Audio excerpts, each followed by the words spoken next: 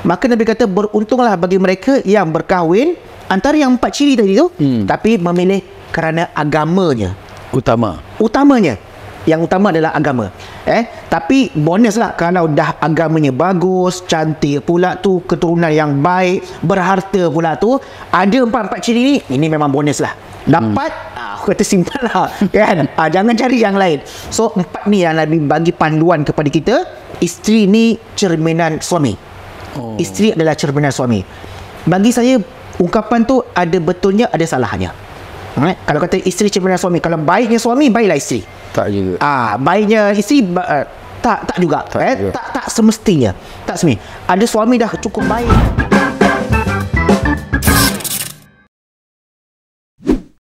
Assalamualaikum warahmatullahi wabarakatuh. Bertemu kita sekali lagi dalam rancangan santai kita, dalam rancangan Sembang Songkok Tinggi, Sembang tak kosong tapi berisi.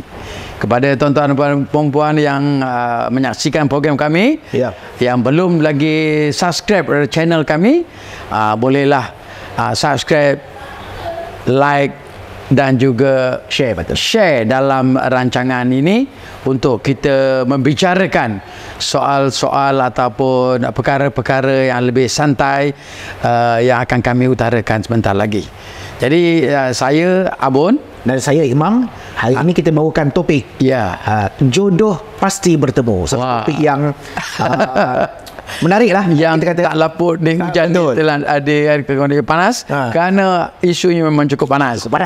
Dan isu perkahwinan ni juga sensitif. Betul. Bagi orang-orang yang sensitif dan bagi orang-orang yang dah berkahwin dan mempersoalkan tentang perkahwinan, lagi sensitif akan menjadi yang lebih orang kata nak kita perkatakan pada kali ini dalam topik mencari jodoh. Baik. Jadi Imam, kalau kita sebut pasal perkahwinan ni, menurut Jabatan Perangkat Malaysia, bilangan rakyat Malaysia yang berkahwin tahun 2020 ni agak menurun. Sama ada ini fenomena biasa ataupun agak luar biasa, kerana dia menurun sebanyak 1.2%, di mana 203,821 orang berbanding 206,352 orang pada tahun sebelumnya. Agak-agak tu sebab apa tu? Adakah orang kata perkahwinan ini perlu dicari, jodohnya perlu diusahakan, dan kalau dah sampai jodohnya tu, bagaimana ataupun apa tanda-tandanya, simptom-simptom yang jodoh tu dah ada? Kalau pada saya, kita bukan pakar jodoh, pakar mencari jodoh, bukan ejen cari jodoh. Kita bukan ejen. Betul, bukan ejen. So kalau nak cari sendiri, kita membantulah. Kita membantu. Ini antara beberapa tips yang mungkin kita boleh kongsikan. Tapi kalau kita tengok jodoh ni dia datang pelbagai cara. Betul. Mungkin masa zaman Abang Abun jodohnya lain. Zaman saya jodohnya lain. Ada orang yang jodohnya dia datang daripada mula bangku sekolah lagi. Ada perkawan apa semua, tutur surat kan, baling-baling bawah meja apa semua, biasalah zaman sekolah. Itu jodoh yang mungkin kita tahulah, biasanya macam tu, daripada bangku sekolah bawa ke universiti sebagainya, akhirnya jodoh berpanjangan, dia pun berkahwin. Walaupun jodoh tu telah pun ditetapkan oleh Allah. Betul. Itu yang paling penting tu. Jodoh adalah satu perkara yang kita sebutkan tadi, yang telah ditentukan, yang telah ditakdirkan oleh Allah. Cuma cara tu, bagaimana cara dia datang tu, bagaimana cara jodoh tu mendekat pada kita, itu baru nampak tanda-tanda dia. Itu baru nampak tanda-tanda dia. Tapi ada juga orang yang daripada sekolah dia tak berkawan, tak siapa lah dia nak, sama ada dia tak berkenan dengan orang ataupun orang tak kenal dengan dia. Tapi mudah pula dapat jodoh. Bila balik kampung, habis belajar, balik kampung, mak kata, kamu dah sampai masa apa semua, dah bekerja, kamu kahwin lah. Maknya pula carikan jodoh. Tak kahwin. Ada juga macam tu. Tapi kalau macam zaman abang dulu, macam mana juga? Jodoh dulu. Dulu kebanyakannya lebih kepada keluarga lah. Bila kita perkenalkan, keluarga yang menentukan. Dia yang buat selected lah, sama ada lulus tak lulus. Tapi kan orang zaman sekarang dia kata, kalau jodoh yang dikeninkan oleh ibu bapa ataupun keluarga ni, jodoh tak lama, bagaimana tu lah. Sebab katanya kawan, katanya lah, baru nak.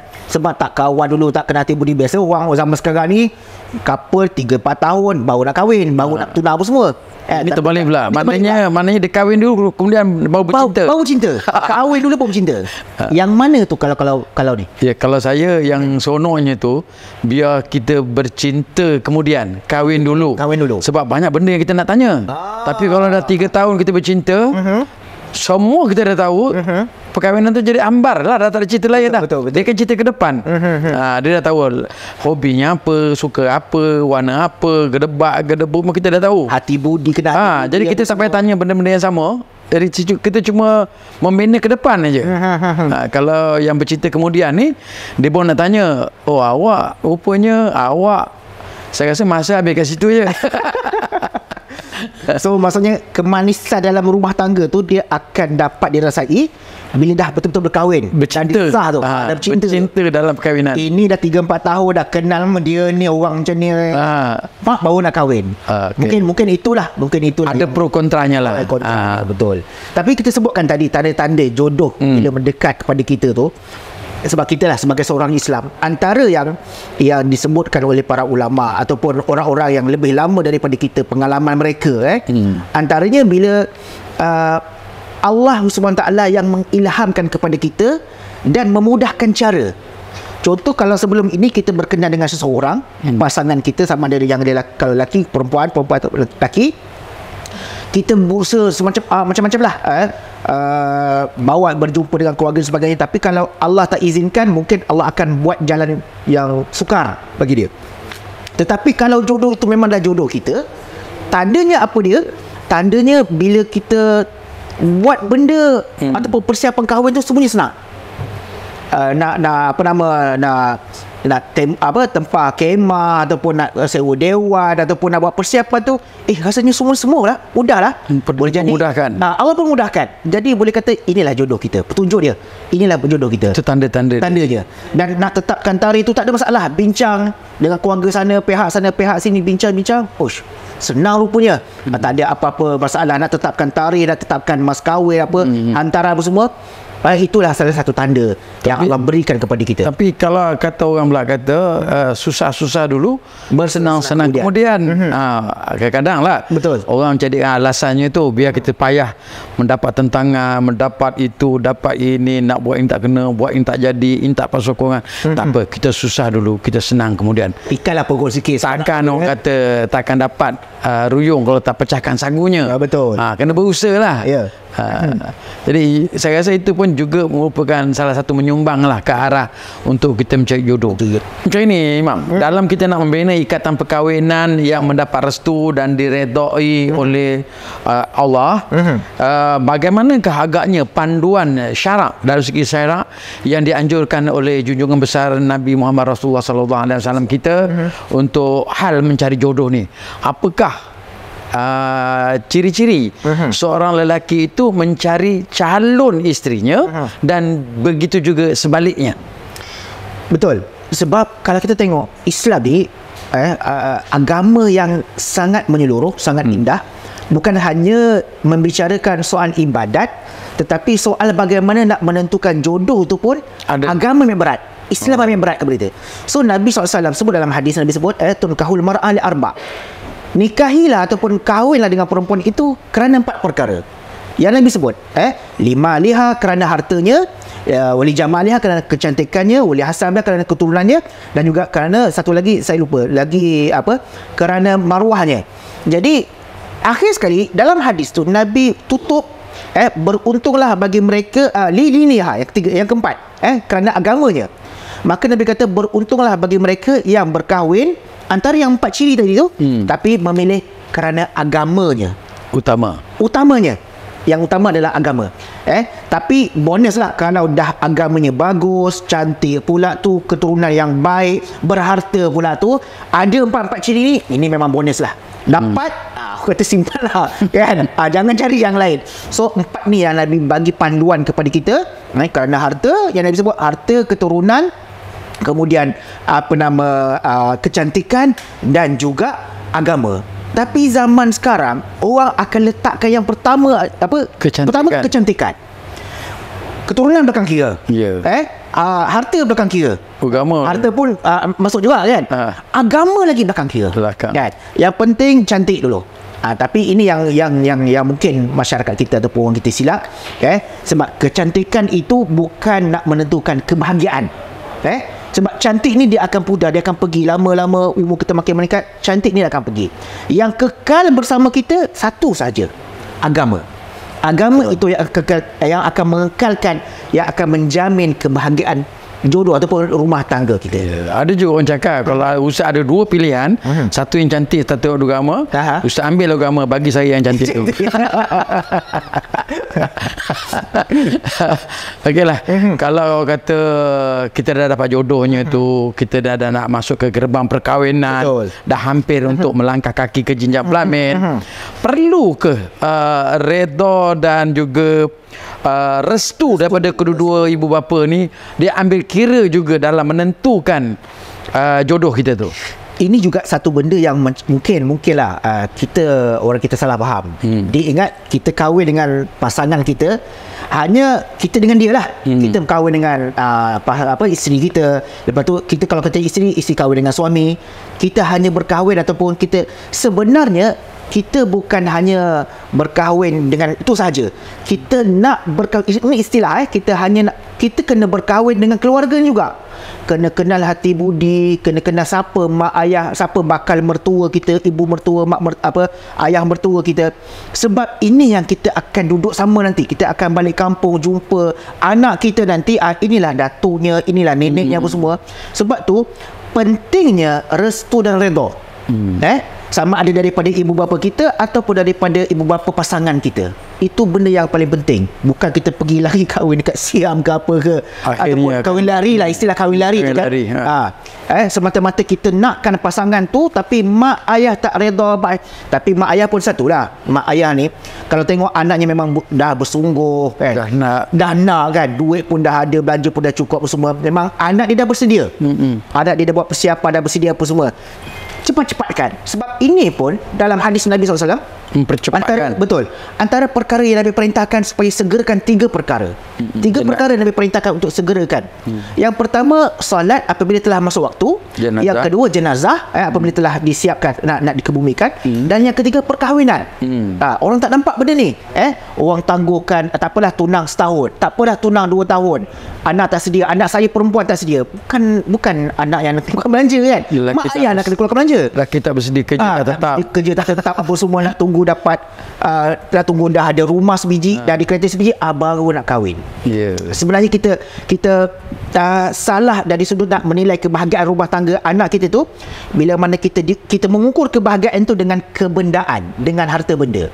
Jadi percepatkan jodoh, permudahkan. Ibu bapa permudahkan. Anak dah bersedia, belanja dah cukup, bagi restu, redha, doakan yang terbaik untuk anak kita.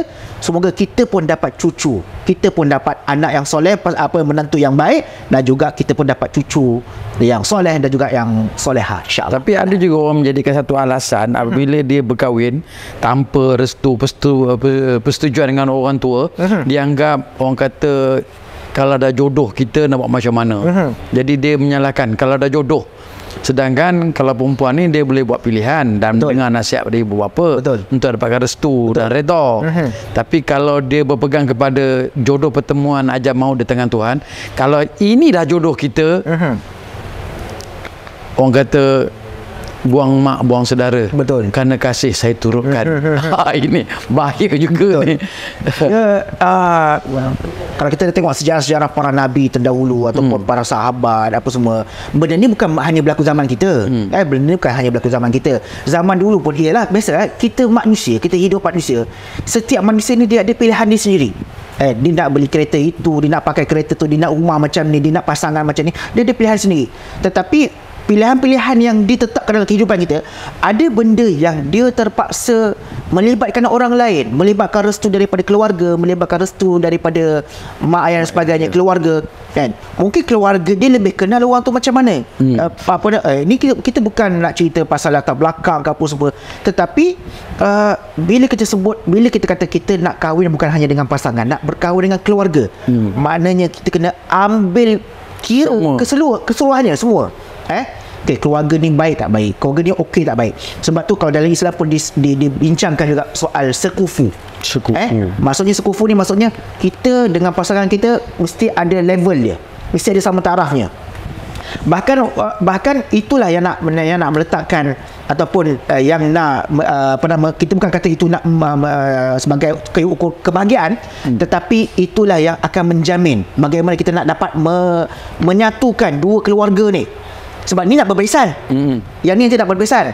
Tapi yang ini di background lain, yang ni mungkin daripada keluarga yang mungkin background kurang baik, kan? Yang ni yang ada kastanya lah. Ada kastanya. Tapi kadang-kadang ada orang dia ambil berat tentang tu. Darah keturunan. Sebab tu betul, darah keturunan sebagainya. Sebab tu kita kena ambil kira juga. Tapi kalaulah bagi saya benda yang paling penting adalah dahulukan keluarga. Yang melahirkan kita, yang membesarkan kita. Kita hidup mungkin 20 tahun, 30 tahun dengan keluarga, yang kenal hati budi kita, tiba-tiba kita kahwin, kita nak pilih pasangan kita, kita membelakangi pandangan mereka, kita membelakangi orang tua kita. Itu satu benda yang bagi saya mungkin sangat tidak beradab. Walaupun kita cakaplah kita suka macam mana sekalipun, tetapi mungkin ada pandangan yang lebih baik. Mungkin orang tua ni dia ada firasat dia lah. Mungkin dia ada visi dia tahu anak dia mungkin tak akan bahagia dengan sikit-sikit, mungkin ada masalah. So ini pandangan orang tua ni mungkin orang kata dia dah buat lengkap dengan istiharahnya. Betul. Maklumlah kita nak menyerahkan anak. Betul, bukannya senang. Dan apabila dia dah menjadi milik orang, syaratnya juga dia kena akur dan perintah kepada suami. Betul. Dan dia tidak lagi wajib menurut perintah ibu dan bapa. Betul. Jadi sementara dia berkuasa ke atas anaknya, macam-macam dia kena fikirkan. Sehingga kan kalau kita tengok ada satu bab yang ulama bincangkan dalam bab perkahwinan ni, dalam bab jodoh ni, sampai kata ibu bapa ni dia berkuasa untuk paksa anak dia kahwin, dan ibu bapa pun dia boleh paksa untuk anak dia tidak berkahwin. Dia ada kuasa. Selagi mana kalau anak tu masih anak dara, kalau anak dara, dia boleh paksa, okey anak kamu jangan kahwin sebab kamu masih lagi bawah tanggungan aku. Betul. Dia boleh paksa. Tapi kita pun ibu bapa pun janganlah sampai jangan kan. Kesianlah budak tu. Macam nak pakai sendiri. Betul kan. Janganlah. Kamu tak boleh kahwin dengan dia. Dia ayah kahwin kan. So jangan keras sangatlah. Okey, dalam kita memberikan contoh yang cukup menarik.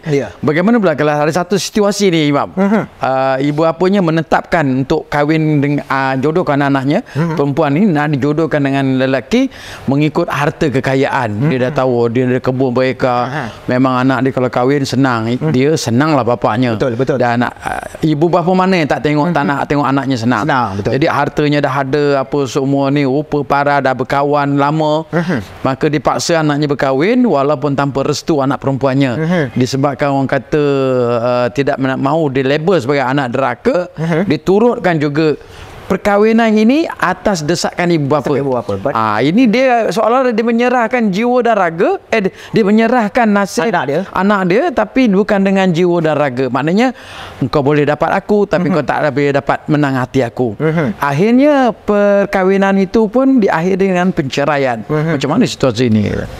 Satu kita tengok Islam tak pernah melarang, mari kita sebutkan tadi, Islam tak pernah melarang kalau orang tu berkahwin hanya semata-mata kerana harta. Tak salah. Tak salah. Kalau kata dikenal dengan seorang hartawan ataupun jutawan dia nak kahwin bukan hanya sebabkan rasa cinta ataupun rasa kasih dan sebagainya, hanya semata-mata kerana harta. Bahkan Islam pun tak melarang. Bahkan Islam yang kita sebutkan tadi, dia ada bagi Islam bagi empat ciri ataupun 4 tanda, 4 panduan kepada kita. Islam tak melarang. Cuma bagaimana untuk kita nak pastikan kebahagiaan ataupun rumah tangga kita itu berkekalan, adakah hanya dengan diukur dengan kebendaan? Adakah kalau kita boleh pastikan, okey, anak aku akan bahagia kalau kahwin dengan orang kaya ni, anak aku akan bahagia kalau kahwin dengan hartawan, jutawan ni, Ekologinya boleh lah sebab dia kaya. Itu pada pandangan kita, kayu ukur kita. Tapi kalau dari sudut Islam tak melarang. Kalau ikut Islam tak melarang. Tapi dari sudut adat kebiasaan, uruf ataupun masyarakat kita, kalau dalam kita dalam masyarakat Melayu, macam mana pula pandangan dalam masyarakat kita? Kalau dalam masyarakat kita benda tu tak dipandang sebagai satu perkara yang jelek ataupun perkara yang memburukkan, tak ada masalah. Tak ada masalah. Soal selepas kahwin tu cerita lain. selepas kahwin dia bahagia tak bahagia ke, kan? Boleh jadi mula-mula dikahwin kerana harta, kerana kekayaan, kerana orang tu jutawan sebagainya. Dia tak kenal lagi hati budi dia. Lepas-lepas kahwin tengok jutawan ni baik rupanya. Orang soleh, pergi derma, buat masjid, pergi apa. Orang kaya, memang kaya satu hal, tapi dia soleh. Dia baik, suami dia baik. Di situ dia mula mungkin ada jatuh hati, rasa cinta tu baru datang. Jadi itu kadang-kadang kita fikir tak menjadi masalah pun, sebab soal benda selepas kahwin ni benda yang tak boleh kita kontrol. Andai kata kalau jodoh tidak berpanjangan, rezeki tidak tidak menyebelahi dia, jodoh dia mungkin setakat itu saja. Itu di luar bidang kuasa kita. So janganlah kalau mak ayah dia pula kata kalau kamu kahwin ni confirm besok cerai. Jangan macam tu. Itu satu doa. Itu satu doa, betul. Itu satu doa, dan itu satu pandangan yang negatif pula untuk anak dia. Kalau kita doakan dia yang baik-baik, semoga Allah memberkati pasangan ini, semoga Allah memberikan kebahagiaan, kurniakan zuriat dan sebagainya. Walaupun awalnya dikahwin hanya semata-mata kerana harta. Boleh jadi tak ada masalah. Kita kena bersangka baik lah. Betul. Jadi kalau dalam satu hal, bab yang satu lagi, ataupun memang dia tetapkan bila jodohnya dah ada, adakah ramai orang bercakap dalam hadis mengatakan lelaki yang baik akan mendapat isteri yang baik, begitu sebaliknya. Bila dia kahwin, kalau dia baik, insya-Allah dapat lelaki yang baik. Kalau lelaki yang tak baik tu, insya-Allah dia kahwin perempuan yang tak baik juga. Macam mana? Secara kata mengikut hukum alamnya lah. Ikut hukum alamnya memang Allah tentukan dalam Quran, apa Allah sebut orang yang baik dengan pasangan yang baik, mukmin dengan mukminat, solihin dengan solihat, orang yang baik dengan perempuan yang baik, lelaki yang baik dengan baik. Itu secara sudut alamnya. Tetapi ada juga kalau kita tengok dalam sejarah, dalam Al-Quran sebut sendiri, ada juga pasangan yang baik, suami yang baik tetapi isteri yang derhaka. Contoh, suami yang soleh, Nabi Nuh AS, suami yang soleh, seorang Nabi, tetapi pasangannya, isterinya derhaka. Nabi Lut AS, suaminya soleh tetapi isterinya derhaka. Quran juga tu contoh dia. Sebaliknya juga ada juga sebaliknya. Ada yang isterinya solehah, isterinya baik, isterinya solehah, tapi suami pula derhaka. Seperti Fir'aun, suami derhaka pada Allah. Ada contohnya. Ada contohnya. Jadi secara hukum alam itu sebutkan tadi, secara hukum alamnya memang begitu. Yang baik dengan yang baik, lelaki yang baik mesti akan dijodohkan dengan pasangan yang baik. Tetapi tak mustahil boleh juga berlaku ke dunia ni lelaki yang derhaka, lelaki yang tidak baik, boleh berkahwin dengan yang kurang, dengan yang soleh, dengan soleha. Ataupun suami yang soleh, dia boleh berkahwin dengan sebab tu saya ada teringat satu orang kata ungkapan, isteri ni cerminan suami. Isteri adalah cerminan suami. Bagi saya ungkapan tu ada betulnya, ada salahnya. Kalau kata isteri cerminan suami, kalau baiknya suami, baiklah isteri. Tak juga. Baiknya isteri tak juga. Tak semestinya. Tak semestinya. Ada suami dah cukup baik dah. Pergi masjid apa tu, isteri pula. Kita jangan cakap, kita kata mungkin suami dia gagal mendidik isteri. Suami ni gagal nak supaya isteri taat kepada suami, taat pada perintah. Kita jangan kata suami ni gagal pula, kan? Mungkin suami ni dah berusaha dan sebagainya, tapi mungkin itulah takdirnya. Atau belum masa sampai sebagainya, hidayah belum diberikan kepada isteri sebagainya.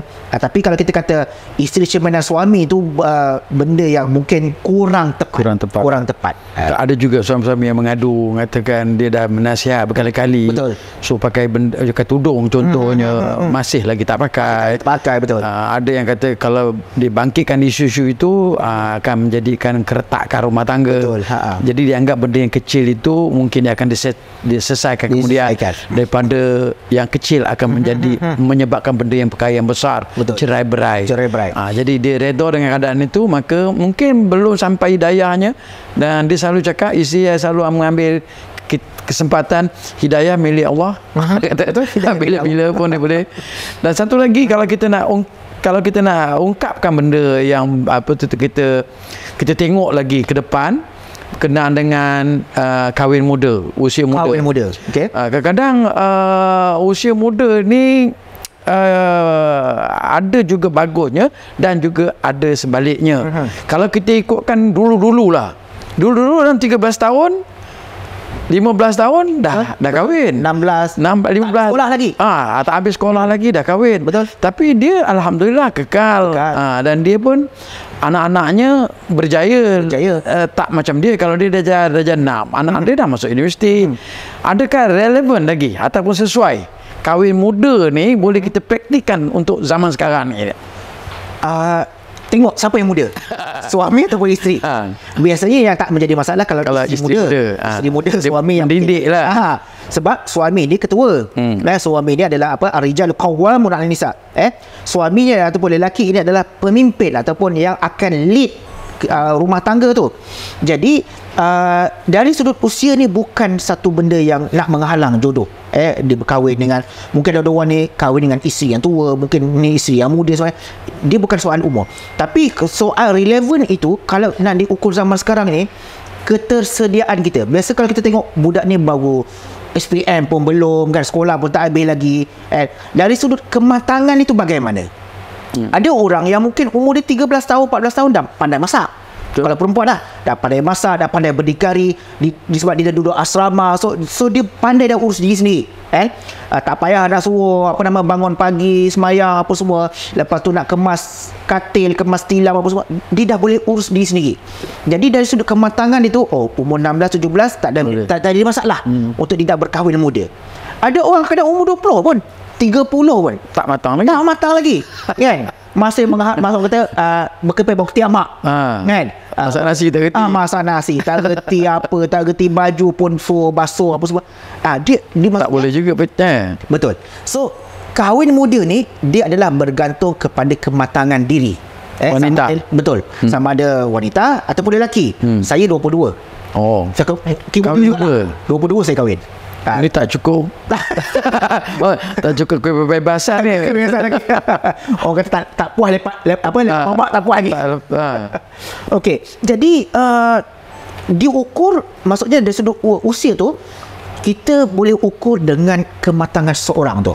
Bagaimana dia nak develop diri dia, urus diri dia. Lepas tu pula kalau dia berkahwin, adakah dia seorang yang bertanggungjawab, nak memberi nafkah kepada pasangan dia. Lepas tu pula dia ni bekerja ke, malah bekerja ke apa. Kita akan tengok benda tu. Kadang-kadang dia sejak daripada kecil lagi dah dilatih cari rezeki, pandai berniaga apa semua. Dia ni ada saving apa semua. Dia ni tak masalah lah. Umur 20, 21 nak kahwin tak ada masalah lah. Dia pun ada simpanan duit. Lepas tu kalau kata dia ni letak kat mana saja dia boleh hidup, campak kat mana saja dia boleh hidup. Orang ni tak ada masalah. Kalau dia kahwin, anytime ada jodoh, boleh teruskan. Okey, kadang-kadang kalau kita dalam isu perkahwinan ni, bila kita tengok tadi carta kita punya ni, ramai yang kata menurun tu. Betul, itu kalau segi perkahwinannya, selalunya kalau yang menentukan figure itu bergantung pada lelaki. Kalau lelaki itu ada keinginan untuk berkahwin, mungkin dia akan naik. Sekarang ni trend baru pula. Perempuan dunia kota dia tu, orang kata punya itu 18 nisbah 1. Makna 1 lelaki, 18 perempuan. Jadi sekarang ni perempuan pula yang akan memulakan dulu. Ibarat pergi mencari timba. Dengan sebab dia malu, mungkin sifatnya malu, dia cuba mencari satu portal untuk bertemu jodoh. Mencari jodoh melalui media sosial. Agent. Jadi adakah benda ni boleh ataupun digalakkan atau pandangan daripada Ustaz berkenaan dengan mencari jodoh melalui portal mencari jodoh, dan apakah dia punya keburukannya tu? Macam kita sebutkan awal tadi, jodoh ni dia datang dengan pelbagai cara.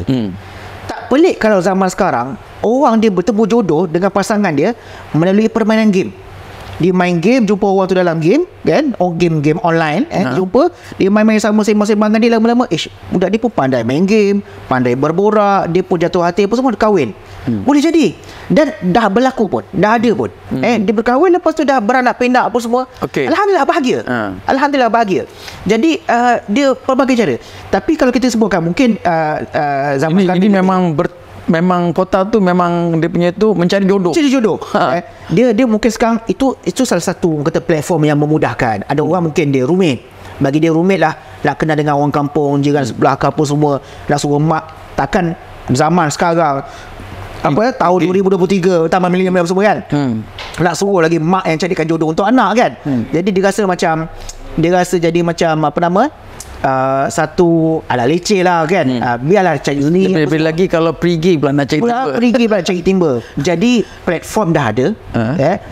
Aku tak apa, tempat untuk dia nak cari jodoh tu satu benda memudahkan lah sama sekarang. Sebab tu kalau kita kata kenapa ramai orang tak nak kahwin biar apabila dia dengar atau tengok TV berita perceraian, lepas tu nak menjadi hak penjagaan anak tu naik mahkamah, sedangkan bila nak bercerai bukan satu benda yang mudah. Walaupun nak bercerai, dah ada kata putus, dah tak boleh sehaluan, pergi pejabat agama, dia suruh bincang balik. Betul. Dia suruh bincang balik. Kami dah tak boleh bincang. Nak duduk semeja tak boleh. Tak mau juga. Dia kalau boleh jangan naikkan lagi kadar perceraian.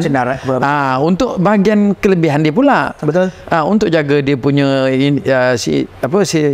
institusi dia, supaya kalau kata ramai orang bercerai, gagal lah dia. Banyaklah dia punya orang kata yang akan beri konseling. Pegawai-pegawai agama kerjanya konseling orang yang nak bercerai. Dan kadar perkahwinan dah menurun, penceraian pula yang jadi masalah, yang naik pula. Dan kalau kata melalui portal mencari jodoh, mungkin saya rasa 10% ada yang tertipu. Betul. Kita boleh menyamar. Kita kata itu inilah macam-macam lah semua. Bila dah kahwin, dah tidak suka, rupanya dia lah rupanya belakang dia ni macam betul juga. Sebab kita tengok ialah dia zaman sekarang zaman kebendaan. Sebab tu kita sebutkan tadi, Nabi tak halang, bahkan Nabi kata 5 liha kahwin kerana harta, benda zaman kebendaan. Sebab kita nak pergi kerja kena ada kenderaan. Tak ada kenderaan pun kita perlukan duit belanja untuk nak tambang bas, tambang train dan sebagainya, ataupun kita naik e-hailing ke apa. Jadi zaman kita sekarang, kita hidup di zaman kebendaan. Tak lari daripada kalau kita nak melihat pasangan kita, jodoh kita, adakah dia sudah bersedia dari sudut keuangan, bagaimana dia nak sara keluarga, kalau dia dapat anak bagaimana dia nak sara anak, makan, minum, pakai, susu, pampers, lepas tu dah bersara sekolah lagi apa semua. Jadi benda tu tak boleh. Tapi kalau kita dapat jodoh, tengok dia ni kata kerja baik apa semua dalam portal dia kata ni sekali rupanya tak kerja, rupanya nak kahwin nak kikis harta orang tu. Jadi orang kata apa? Ada unsur penipuan. Ada unsur penipuan. Itu pun ada satu benda yang tidak baik untuk kita bincangkan benda ni. Jadi sebab itulah soal jodoh ni benda yang paling, kalau Islam anjurkan kepada benda yang paling utama sekali, kita kena banyakkan berdoa. Kena banyakkan berdoa, buat istikharah apa semua. Ada orang kata saya tak ada pasangan lagi. Tak, bukan sebab ada pasangan, bukan sebab tak ada pasangan, tapi kita memang kena sentiasa berdoa. Kita kena sentiasa minta pada Allah, ya Allah bagi aku jodoh yang baik, pasangan yang baik, tentukan kehidupan yang baik. Walaupun kita belum ada candut, walaupun kita belum buka portal, walaupun kita belum ada pasangan yang nak dicalonkan, nak disatukan kepada kita. Jadi jangan tinggal kebergantungan kita. Jangan tinggal kebergantungan kita kepada Allah Subhanahu Wa Taala. Tambah-tambah lagi soal jodoh ni, benda yang kita bukan nak hidup setahun 2 tahun. Kita nak hidup lama. Sebab perkahwinan ni perkahwinan yang mu'abbadah, yang kekal, bukannya mu'aqqatah, bukan yang sementara. Kalau dulu orang kata kahwin sementara, kahwin kontrak, kahwin apa semua, tak wujud benda tu. Kahwin ni untuk kekal, untuk beranak pinak dan sebagainya. Jadi kita nak merancang suatu kehidupan, suatu alam rumah tangga yang berkekalan ni, mesti mempunyai perancangan yang rapi. Tak mampu nak merancang, minta Allah SWT bagi petunjuk kepada kita. Minta kepada Allah SWT bagi panduan kepada kita, bagi isyarat kepada kita. Mungkin orang ini, mungkin perempuan ni, mungkin si fulan ni, kan? Allah yang akan menggerakkan hati kita. Allah yang akan mendorongkan hati kita. Bukan dia ni kot, bukan dia ni, bukan dia ni kot. Allah akan gerakkan hati kita. Bukan memilih lah. Bukan memilih. Jadi pilihan itu sebenarnya daripada Allah Subhanahu Wa Taala. Okey, kalau kita cerita pasal rumah tangga, kita kata rumah tangga, ada rumah, ada tangga. tangga ni sebelum kita naik rumah. Betul. Rumah ni tempat kita kekal. Betul. Itu yang maksud yang paling logiknya lah. Logik. Tapi sebelum kita berumah tangga tu, dia punya bercinta tu macam nak gerak. Bercinta, orang kata tak lekang lah. Kalau telefon tu, kalau dulu tu pakai phone tu, kalau pakai public phone, sampai mengamuk orang belakang nunggu. Beratur. Beratur. Sekarang ni kalau tidur pun phone kat telinga, bersembang, cakap seorang-seorang, tidurnya awal. Orang dah ada ni, bercinta lah macam nak gerak lah. Tapi bila dah kahwin, tak sampai bertahun, tak sampai setahun pun dah bercerai. Betul. Ada juga yang bertemunya kejap aja. Kenalnya pun melalui orang tua je. Tapi dia punya kekal sampai ke jannah. Sampai mati, sehidup semati. Pandangan Ustaz lah terpasal ni. Bercinta macam nak gerak bertahun-tahun, cerai. Orang kata tak bertahan lama. Ada yang sekejap aja tapi tak bertahan sampai mati. Kalau bagi saya, dia dalam alam rumah tangga jadi kan. Macam abang sebut tadi, rumah dan tangga. Tangga tu persiapan. Betul. Dekat tangga tu dia kena ada macam level. Level 1, level 2, level 3. Level 1 tu niat. Niat pertama untuk kahwin tu apa? Niat dulu. Kerana nafsu, kerana cinta, suka perempuan tu cantik dan sebagainya, ataupun pasangan tu handsome ke apa. Pertama sekali, tangga yang pertama tu niat. Bagaimana kita nak kalau tangga yang pertama kita tak mampu nak jejak ataupun tak mampu nak uruskan, bagaimana untuk kita nak melangkah untuk naik tangga yang kedua? Persediaan dari sudut keuangan, persediaan dari sudut kerohanian kita, dari sudut keilmuan, ilmu rumah tangga pun kena ada. Bagaimana kita nak mengambil hati budi mertua, keluarga mertua, ipar, duai dan sebagainya. Benda tu dia saling melengkapi. Tangga demi tangga, baru dah ada persediaan, tangga tu dah ada, baru masuk ke rumah. Bila masuk ke rumah, dalam rumah tu itu kita dengan isteri, kita dengan pasangan ataupun isteri dengan suami. Dalam rumah tu pula baru kita fikir, selepas kahwin ni apa yang akan berlaku, apa yang kita akan buat, bagaimana kita nak membawa hala tuju pasangan kita ataupun rumah tangga kita ni nak jadi keluarga yang mawaddah, keluarga yang bahagia, ataupun keluarga yang aman damai, ataupun keluarga yang porak-poranda. Jadi dalam rumah tu kita jadi mulakan dengan didikan agama. Isteri yang tak tutup aurat, kita ajar dia pakai tudung, tutup aurat dan sebagainya. Isteri yang mungkin dulu masa sebelum dia kahwin dia tak solat, kita ajar dia didikan agama, ajarkan dia solat sebagainya. Dia ni dua-dua ni benda ni soal rumah tangga, kehidupan rukun tangga lah orang kata apa. Sampailah kita dah berada dalam rumah tangga itu, semua benda tu meliputi, semua benda tu kita kena ambil berat, saling melengkapi.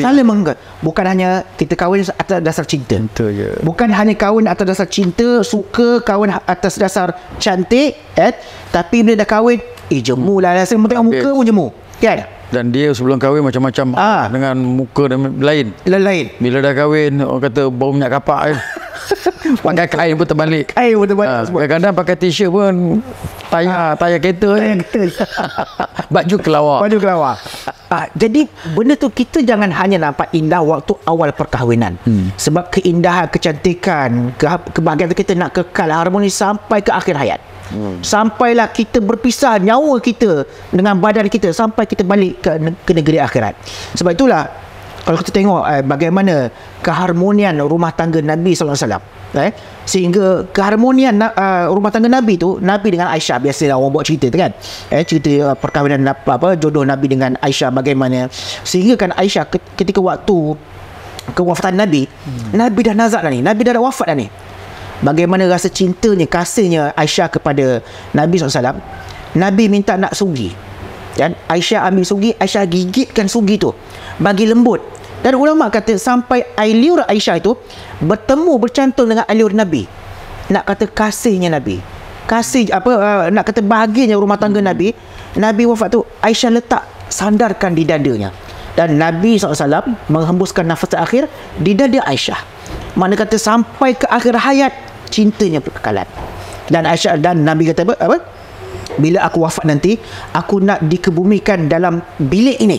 Maknanya tempat Nabi dengan Aisyah tidur, bilik Aisyah, rumah Aisyah. Nabi nak bersama-sama dengan Aisyah duduk dalam bilik yang sama walaupun selepas kematian. Ini cinta yang bawa, cinta sehidup semati.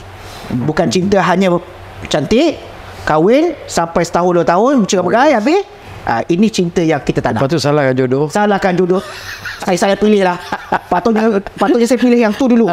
Kalau lah aku kahwin dengan dia ni, dah lama bahagia. Kalau aku kahwin dengan ni, dah lama beranak pinak. Itu salah. Itu salah. Kita telah menyalahkan takdir kita, jodoh kita yang telah Allah tentukan kepada kita. Okey. Itu bagi orang yang dah kahwin. Kadang-kadang bagi pihak wanita lah, kahwin ni cukup sensitif. Kadang-kadang bila dia menghadiri majlis perkahwinan kawan-kawan, soalan yang tak lepas, yang tak lekang, kau bila lagi nak kahwin? Kan? Panas telinga. Umur dah meningkat. Lama-lama dia menjauhkan diri pada majlis-majlis. Betul. Menjauhkan diri kepada orang ramai. Kalau dia pergi balik kat rumah pun dulu situ, ada juga orang-orang makcik-makcik bawang ni yang kata suka jaga tepi kain. Suka jaga tepi kain orang. Betul. Kadang-kadang benda ni bagus kerana kalau tak diingatkan, orang tu takkan ingat nak kahwin. Betul. Tapi kalau dari satu sudut pula, menjaga tepi kain orang ni pun satu benda yang salah dari sisi agama. Macam mana tu? Tanya tak salah kan. Kalau dia tanya bila nak kahwin, boleh jadi dia tolong ingatkan, bila terdetik kan. Tapi kalau dah selalu sangat, berbulu kawan tu. Lepas tu kata dah tua, nak tua lagi, anak dara tua, macam apa andar tu lah, macam-macam lah, Andalusia lah, apa benda semua kan. Jadi orang kata bertanya tu tak salah. Cuma ialah kita menyebut hal orang lain ni satu benda yang kalau dari sudut huruf ataupun dari sudut masyarakat kita, benda yang kurang selesa, benda yang orang tak selesa. Tanya banyak kali, ulang di spam je soalan tu. Bosan pula. Lama-lama dah merenggang, dah putus silaturahim. Satu benda yang tak orang kata tak harmoni lah. Tapi orang yang ditanya, yang bertanya tu satu masalah. Yang ditanya tu kita kena fikirlah, kenapa orang begitu concern, begitu mengambil berat tentang jodoh kita. Tapi kenapa kita sendiri tak ambil berat peduli. Kita tak peduli. Kita sibuk kerjaya. Dengan kerjaya, kita kumpul harta dulu, nak beli rumah. Dah ada semua, apa perlu lelaki? Kan? Tapi akhirnya bila dalam manusia ni dia akan rasa sunyi, dia akan hilang. Betul. Umur dah meningkat dah 30, 40, saham dah semakin jatuh. Dulu mungkin cantik tak apalah, muda lagi. Orang nak, dia tak nak. Dia milih, contohlah. Sebab tu orang perempuan dia jangan banyak memilih. Orang perempuan jangan banyak memilih. Jadi bila dah dia kata rumah dah ada, kereta dah ada, kerjaya dah ada, gaji besar. Tapi dia satu lupa. Benda yang dia tak ada adalah isi dalam hati. Sebab manusia ni dia ada hati. Dan hati ni ulama kata jangan dibiar kosong. Hati ni mesti diisi dengan 2 benda. Hati mesti diisi, pertama mesti diisi dengan iman. Yang kedua, hati kita mesti diisi dengan kasih sayang. Kita nak kasih dengan siapa? Bukan pasangan lah. Sebab manusia ni Allah cerita berpasang-pasangan. Yang Allah sebut dalam Al-Quran, berpasang-pasangan, ada kaum, ada bangsa, qabailan li ta'arafu, untuk kita berkenalan, lama-lama kita berpasangan dan sebagainya. Manusia mesti hidup berpasangan, tidak boleh hidup laki-laki, perempuan-perempuan, hidup bujang, hidup single. Ini yang kita sebutkan tadi. Hati manusia jangan dibiar kosong, mesti diisi dengan iman yang pertama, yang kedua mesti diisi dengan kasih sayang. Tapi itulah, bila dia dah berjaya, dia dah hebat, dia rasa dia tak mau, dia tak mau lagi lelaki. Sebab apa? Nanti dia mempertaruhkan pula sama ada berjaya tak berjaya, gagal ke tidak. Sebab kalau tengok kejayaan wanita ni, kita kena akui lah, dia lagi hebat, dia lagi ramai. Kalau daripada segi lelaki ni mungkin kehebatannya daripada segi lain. Kalau pelajaran pendidikan, jangan nak tipu lah. Sembang songkok tinggi, sembang tak kosong tapi berisi. Perempuan ramai di universiti, lelaki ramai di pusat seranti. Jadi yang ini dia takut. Tapi bila benda tu dah kosong, saya khawatir kalau diisi oleh orang luar. Orang luar yang kerjanya memang nak mencari peluang. Dia ada kepentingan untuk diri dia, nak dapatkan PR, nak dapatkan itu, dapat ini. Dia kena cari jodoh ni mesti perempuan tempatan. Ini yang dia kahwin dengan orang-orang, maaf cakap, dengan Myanmar, dengan segala asing lah, semua asing datang. Lebih-lebih kalau yang parti lah. Jadi kalau daripada segi itu, bila kita ingatkan, bila kita cakap kenapa pilih ini, dia beremosi. Bagaimana Ustaz? Kalau nak kata dia betul, memang betul. Betul. Kalau nak katakan benda ni tak betul pun, kita kena sokong juga. Sebab apa? Ada orang lain yang ambil peluang.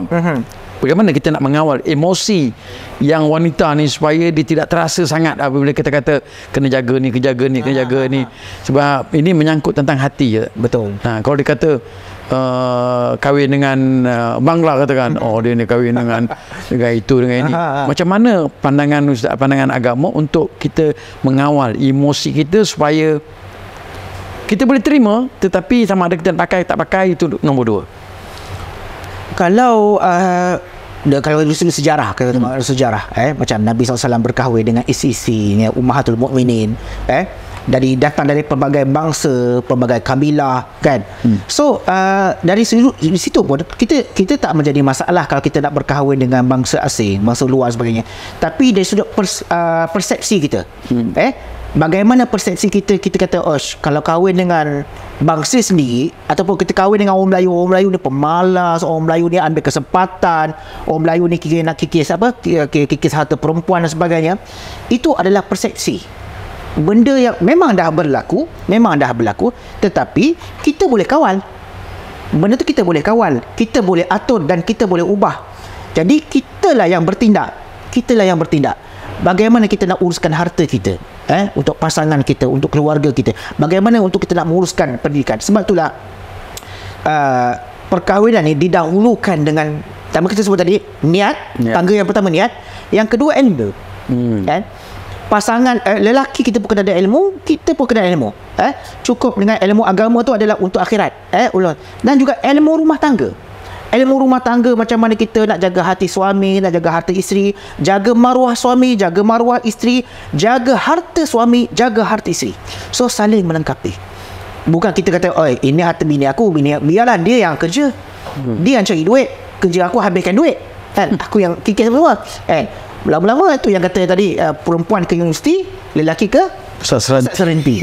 Sebab kikis dia kikis lah semua. Kikis macam siapa boleh tanggung nak dukung biaya hidup. Itu istilah biaya hidup tu. Lepas tu sebab tu kata benda ni boleh diatur, benda ni boleh diubah. Walaupun isinya berjaya sebagai ketua jabatan, suaminya kerja biasa-biasa, akhirnya ambil keputusan untuk suami yang jadi suri rumah. Tapi diredoli isterinya, tak salah kan? Tak salah. Kalau kata memang dia ada persetujuan, persefahaman, isteri kata tak apa, abang duduk je rumah, sebab abang pandai menukang, abang pandai repair kipas, lampu apa semua ni, duduk tak apa, abang buat kerja rumah je. Yang keluar cari duit saya. Memang kalau suruh hukum malam, memang benda tu datang balik, kan? Tetapi mungkin sebab isteri faham kedudukan dia, kelayakan dia, pendidikan dia, dah ada jawatan. Sebelum dia dah kahwin pun memang dia dah ada jawatan dia sendiri dah. Dia dah ada kedudukan dia sendiri, kewangan yang kukuh sebagainya. Tak apa, abang tak apa bang. Mungkin kalau abang nak niaga, jual burger, jual sate malam-malam, tak apa, saya bagi modal. Kan? Sekurang-kurangnya orang tak nampak lah abang ni macam biawak hidup. Kan? Ditanggung lah. Kurang-kurang abang ada lah kerja juga. Tapi tak apa bang. Yang penting abang jaga anak-anak, hantar sekolah apa semua. Ini benda berkait pun ni. Jaga rumah, masak apa semua. Benda tu kalau ada persetujuan, kalau ada perbincangan antara suami dan isteri, maka benda ni dia tak akan okey, nanti isteri akan salahkan suami, engkau pun aku yang bagi duit, engkau pun aku yang bela. Tak nak benda tu lah. Dia tak nak benda macam tu. Ada persetujuan, okey. Nak ada hitam putih lah, pergi abang sign bang.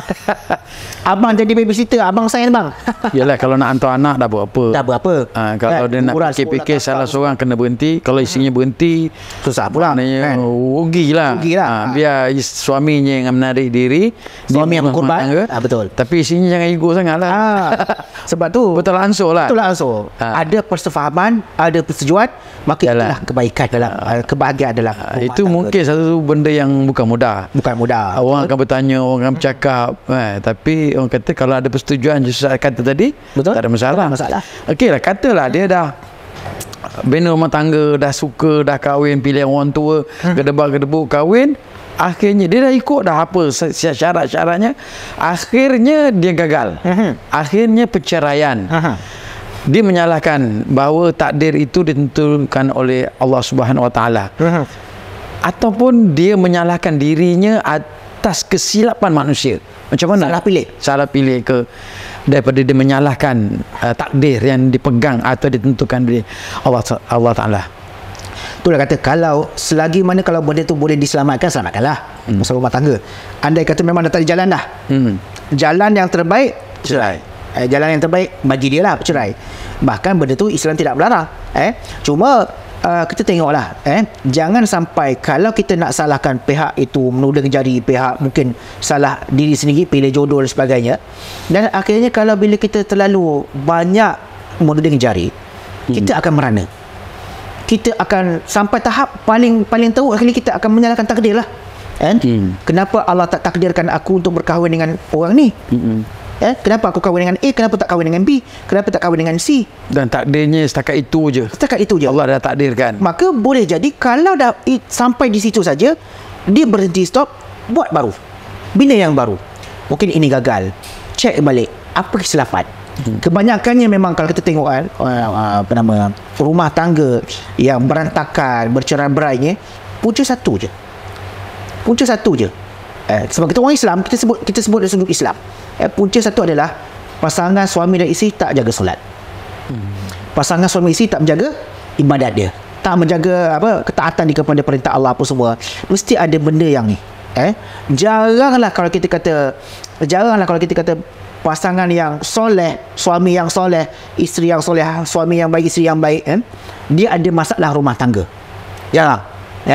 Walaupun dia hidup miskin, walaupun dia hidup susah, tetapi sebabkan dia yakin kepada Allah, yakin rezeki dia Allah yang bagi. Walaupun anak dia ramai kali pun, tapi dia hidup susah macam mana pun, tapi dia yakin. Kita boleh tengok orang terdahulu. Mama kita dulu, anak ramai 12-13 orang. Kerja biasa-biasa je. Bukan biasa-biasa. Kerja biasa je. Betul.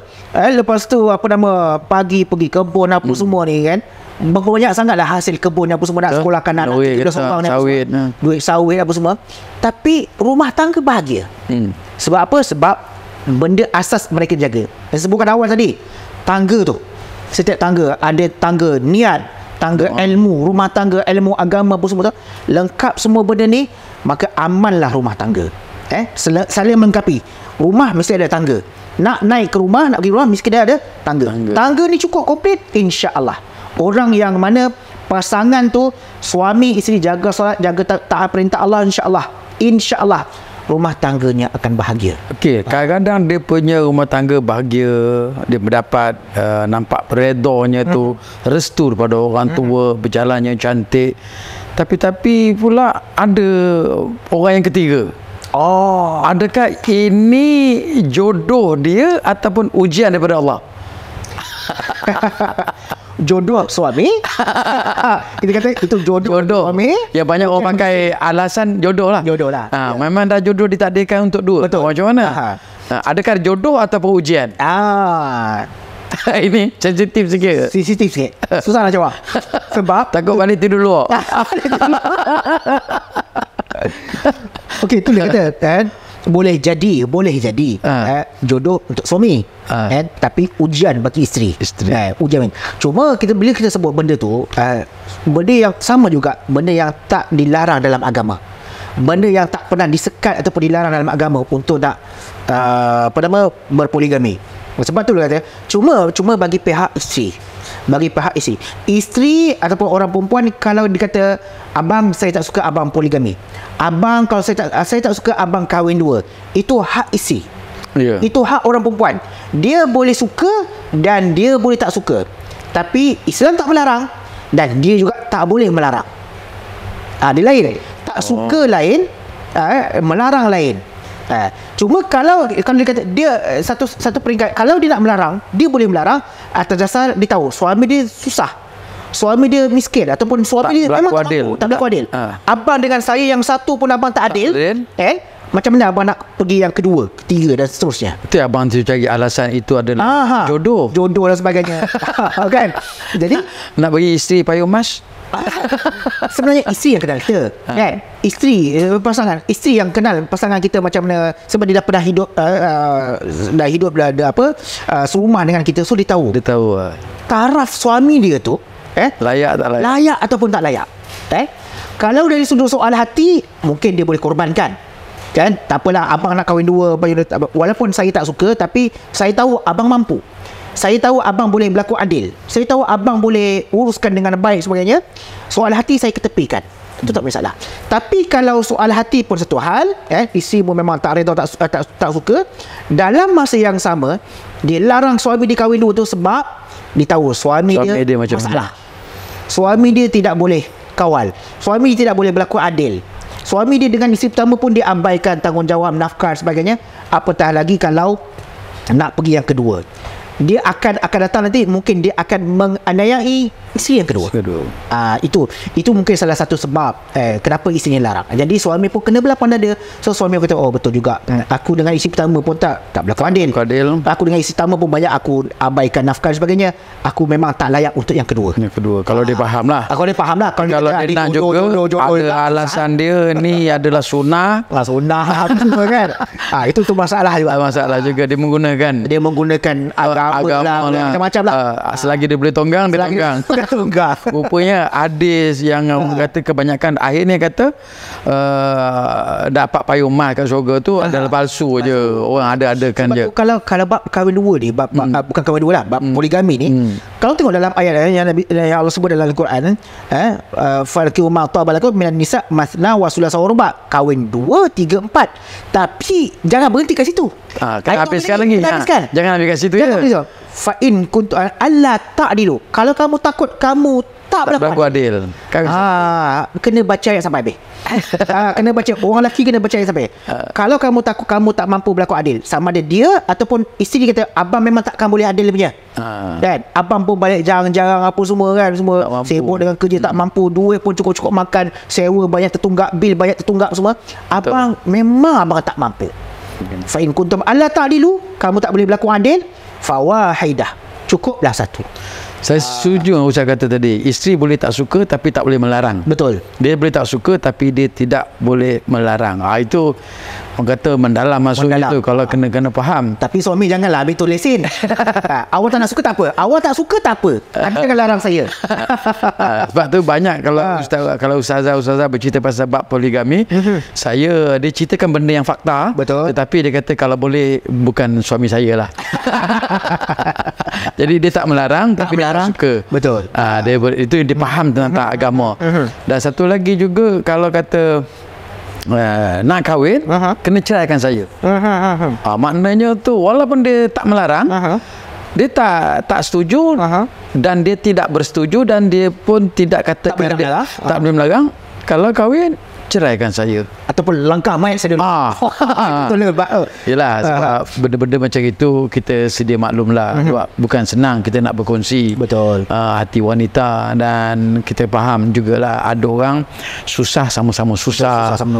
Daripada susah dengan bersama dia. Betul. Tapi bila dah senang dah cari lain. Dia cari lain. Jadi dia punya perasaan segi logiknya, siapa pun marah. Masa susah bersama kita, dah senang orang lain tuai. Jadi dia berhak ke atas itu. Betul. Situasi itu sebab dia ada sebab. Dia ada sebab kenapa dia nak marah. Tapi dia tidak boleh melarang. Betul. Sebab tu kita kena adil lah. Kena adil. Dari sudut membahagikan dari sudut perasaan. Sebab tu kata kita bukan bila sebut adil dalam perkahwinan, dia bukan hanya harta je. Kalau isteri pertama dapat 50,000, isteri kedua pun dapat 50,000, dia bukan sebab adil begitu sama rata, bukan. Adil ni maksudnya dari sudut perasaan juga. Dan dia tahu macam abang sebut tadi, daripada susah sama-sama bangun, sama-sama bangkit, lepas tu pula daripada dulu dia berniaga sama-sama, jual nasi lemak tepi jalan apa semua, sampailah dia ada berjaya, dah ada syarikat sendiri, dah ada dah berjaya. Tapi dia tak lupakan yang tua. Tapi dia ada duit, kemampuan. Cari orang ketiga. Sebab dah ada lah tu kan. Itu sebab kita nak kena adil dari sudut perasaan juga. Kena ambil perasaan. Benda yang kita tak boleh nak nafikan. Mana ada kita kata orang yang boleh terima secara sukarela kan. Satu dalam sejuta lah, bukan dalam 1,000. Satu dalam sejuta lah yang memberikan keizinan, ataupun yang redha, yang tak ada masalah. Yang tak ada masalah. Tapi kita tengok Nabi SAW pun, isteri Nabi pun cemburu. Bukan kata kita ni ummahatul mukminin pun cemburu juga. Isteri pun cemburu. Naluri wanita. Naluri wanita, betul. Kita sebut naluri wanita. Ada satu ketika tu Nabi berkahwin dengan saya lupa antara Hafsah, antara Zainab ataupun Maryah. Ada isteri baru. Maka Hafsah ni bercakap-cakap dengan isterinya. Seorang lagi lah, isterinya Aisyah. Bukan, Aisyah bercakap dengan isterinya Hafsah. Tu isteri Nabi yang baru. Katanya cantik, kan? Cantik je. Katanya cantik. Aisyah cakap macam tu je. Aisyah kata, Saul tu isteri Nabi yang baru. Katanya cantik. Lepas tu dia cemburu. Cantik apa? Dia istilah. Itu pun. Cantik ke? Saya tengok biasa je. Walaupun isteri Nabi, tetap ada rasa cemburu. Kan? Sebab itu kita kata naluri wanita. Bukan kata kita Nabi tak berlaku, dia tak. Dia benda soal perasaan ni benda yang subjektif, yang susah untuk kita nak ni. Bergantung pada individu tu. Individu tu.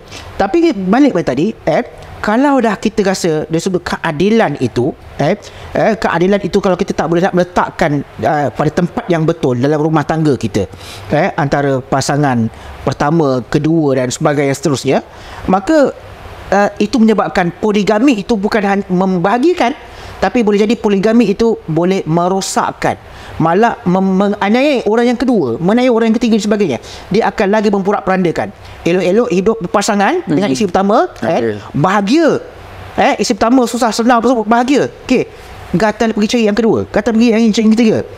Tapi iyalah, itu memang dia kata ini dah jodoh, kan? Macam mana? Itu sebab dia. Kita kena tengok dari sudut tu juga. Bukan hanya kita fikir pada diri kita, keperluan kita, tapi kesesuaian dari sudut keadilan dan kemampuan itu, adakah dapat diletakkan di tempat yang betul, ataupun kita hanya berfikir aku suruh, kau tak suka tak apalah. Awak tak suka, awak punya pasal. Saya nak kahwin, saya kahwin. Ini jodoh saya. Jodoh Allah tentukan. Jodoh Allah tentukan. Awak tak suka, awak punya pasal. Kita kalau main macam tu habis okey lah, kita dah kata dah dapat isteri, keluarga yang bahagia. Bukan senang untuk orang lihat kita ni bahagia. Betul. Orang suka nak tengok kita porak-poranda. Dia nak memandang-mandangkan muka kita. Jadi kalau ada sifat-sifat dengki, iri hati, walaupun dia 2, 3, 4 tapi hidup dia bahagia, dia ni pun yang satu ni pun jadi dia nak mencari sebab. Agaknya apakah ciri-ciri pengacau rumah tangga ni? Kadang-kadang dia datang daripada berbagai-bagai bentuk, sama ada daripada sahabat, daripada keluarga sendiri, daripada ibu bapa. Mungkin masa dia kahwin dulu, mak dia dah ada pilihan yang lain. Walaupun nampak bahagia, dendam kesumat tu masih ada lagi. Agak-agak apakah ciri-ciri pengacau ni yang boleh kita tengok, boleh kita lihat lah, yang boleh kita nampak? Kalau dah kita pada awal kita rasa benda ni boleh menggugat keharmonian rumah tangga, seeloknya janganlah. Maksudnya seeloknya jangan kita terjebak. Orang kata iyalah, benda yang pengacau ni ke apa semua dia benda subjektif, kan? Kita boleh kata ini dah jodoh aku. Kita boleh kata ini dah jodoh aku. Mungkin dia adalah pelengkap. Dah kita cakap selama ni tak lengkap ke? Dan selama ni tak cukup ke? Tapi kalau kita kata dah jodoh, pelengkap, itu ini sebagainya, benda yang agak saja tu untuk kita nak perkatakan. Tetapi dalam masa yang sama, kalau kata ciri-ciri tu, kalau kita kata apakah tindakan kita kalau kita pergi yang kedua, kita bertindak untuk berkahwin yang kedua ketiga, adakah benda ini akan menggugat keharmonian rumah tangga atau sebaliknya?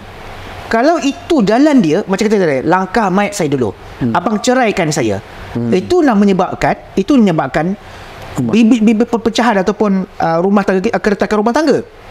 Bila isteri dia cakap macam tu, mana kata kita dah nampak dah isteri kita memang tak redha, isteri kita memang tak ni, itu yang banyak lari tu, pergi kahwin tu dengan kahwin seterusnya apa semua, kan? Orang kata apa, lebih baik minta maaf daripada kita minta izin kan? Itu. Tapi dalam masa yang sama, dia telah membelakangi perasaan isteri yang pertama. Membelakangi perasaan isteri yang pertama, satu. Dan yang kedua, kalau memang awal-awal isteri kata, kalau abang nak kahwin lagi, langkah mayat isteri dulu. Kalau abang ceraikan saya, maknanya isteri dah tahu dah. Pula time ni lah kena mainkan peranan. Isteri pula dia kata, kenapa suami aku cari yang kedua? Apa silap aku? Apa silap aku? Isteri kena muhasabah. Isteri kena fikir, adakah selama ini aku abaikan tanggungjawab? Adakah selama ini aku tak sediakan keperluan tak memenuhi kehendak suami sebagainya? So isteri pun kena muhasabah. Kenapa? Tapi kalau isteri baik, apa semua ni mana benda tu jaranglah boleh ni. Kadang-kadang benda ni boleh berlaku pada pandangan saya lah. Yang kita tengok benda ni boleh berlaku adalah disebabkan mungkin punca juga pada isteri. Kata, oh salah kaum perempuan pula kan. Salah kaum perempuan pula. Oh sebab kita lah dia nak kahwin lah, dia salahkan kita pula. Bukan. Kadang-kadang dia dapat info ataupun dia mengadu pada orang yang salah. Betul. Dapat info yang salah. Kadang-kadang pengacau ni boleh datang daripada sahabat sendiri. Betul. Pengacau juga boleh dapat daripada keluarga. Mungkin perkahwinan yang pertama keluarga tak suka. Jadi perkahwinan kedua ni yang kedua ni keluarga nak ambil campur atau masuk campur. Yalah, retak nak cik belah jalan. Itu yang benda yang kalau boleh kita nak elakkan. Dia benda macam ni memang susah kalau kita tidak sebut kan. Ada orang yang bagi dia persepsi dia ini jalan yang terbaik. Jalan kebahagiaan dia. Tapi bukan bahagia yang nampak. Sebab tu korang sebut asal rabbukum kamu sangka benda ini baik baik bagi kamu, tapi sebenarnya benda itu adalah sebaliknya. Kadang-kadang kamu rasa benda ini sebaliknya bagi kamu, tetapi sebenarnya ia adalah baik untuk kamu. Maka ambillah panduan tunjuk ajar ataupun panduan yang Islam telah ajarkan kepada kita, tunjukkan kepada kita bagaimana untuk kita nak minta petunjuk kepada Allah Subhanahu Taala. Petunjuk daripada Allah Subhanahu Taala supaya apa? Setiap tindakan kita baik dalam rumah tangga, untuk isteri, untuk suami, untuk anak-anak, untuk keluarga sebenarnya, setiap tindakan kita itu adalah berdasarkan panduan dan bantuan ataupun petunjuk daripada Allah Subhanahu Taala. Itu yang kalau boleh dapat cari orang yang boleh betul-betul berbincang. Kalau cari nasihat, betul. Kalau label dia juga emang standard dia nak kahwin lain. Siap cucuk pula ambil borang. Dah isi borang belum? Aku tahu kalau ni aku tempatnya pun aku pergi. Pejabat buka sekian. Jadi itulah kata tindakan kita lah. Betul. Untuk memilih yang mana yang boleh kita minta pendapat, yang mana kita boleh berkawan. Betul. Tetapi kita tak boleh berkongsi pandangan. Ada yang kita boleh berkawan, orang kata yang boleh susah senang kita. Dan ada juga ibu bapa ataupun mak mentua, bapa mentua yang terlampau nak masuk campur dalam hal rumah tangga anak-anak. Bagi saya, kita biarkan. Biar dia handle sendiri. Bukan kerana kita nak tengok rumah tangga dia macam mana, kita penentunya. Saya rasa masing-masing dah ada fikiran, dah ada akal, ada mak bapak ni penasihat saja lah. Nasihat saja. Jangan masuk campur lah kata. Jadi kalau dah tak boleh sangat, baru kita rujuk kepada peringkat yang lebih tinggi. Betul. Nampaknya kita dah panjang lebar lah. Daripada kahwin, jodoh, cari jodoh, cerai, berai, kahwin lagi. Setakat itu saja rancangan kita dalam Sembang Songkok Tinggi. Sembang tak kosong tapi berisi.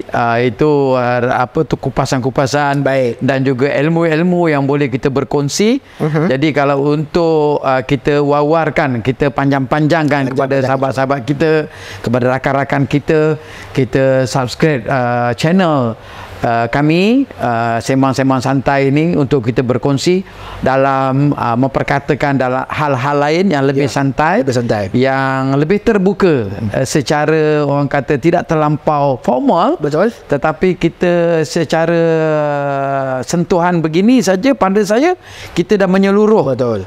Bab hukum perkahwinan. Kalau ada mungkin cadangan-cadangan idea, tajuk yang mungkin kita boleh ketengahkan untuk kita bincangkan sama, dan insyaAllah kita boleh ambil tajuk tu sebagai kita punya tajuk untuk kita berbincangkan. Betul. Cuma satu nak bagi tahu, kami bukan ejen cari jodoh. Dan nak cari jodoh kami bukan penyelesaian masalah rumah tangga. Kita cuma berkongsi, kita meluahkan saja pandangan. Jadi sampai sini saja bersama-sama dengan saya Abon dan juga Imam dalam Sembang Songkok Tinggi, Sembang tak kosong tapi berisi. Kita jumpa lagi di masa akan datang, insya-Allah. Kita berjumpa lagi.